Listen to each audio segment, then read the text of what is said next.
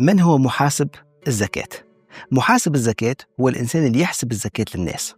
معناها المهنة متاعه كونه يساعد الناس في احتساب الزكاة متاعهم، مش هو اللي باش يحسب وحده، هو فقط مساعد للمزكي باش يساعده على احتساب الزكاة متاعه.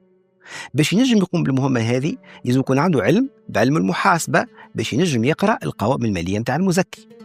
لازم يكون عنده علم بفقه الزكاة باش يعرف ينزل الأحكام الفقهية على الوضعيات المحاسبية اللي عنده. هذم لازمين، لكن راهو ماهوش علم نظري فقط، لأنه هو عملي.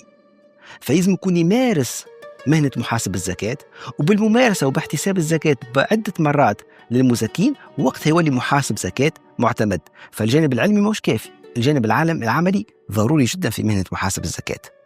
أيضا الجانب الأخلاقي، محاسب الزكاة راهو مش يطلع على أموال الناس وخصوصياتهم المالية، لأنه طبعا المزكي مش يعطيك كل المعلومات اللي عنده باش أنت تحسب له الزكاة متاعه صحيحة باش ما يغلطش فيها. هنا يدخل الجانب الأخلاقي المهم عند محاسب الزكاة.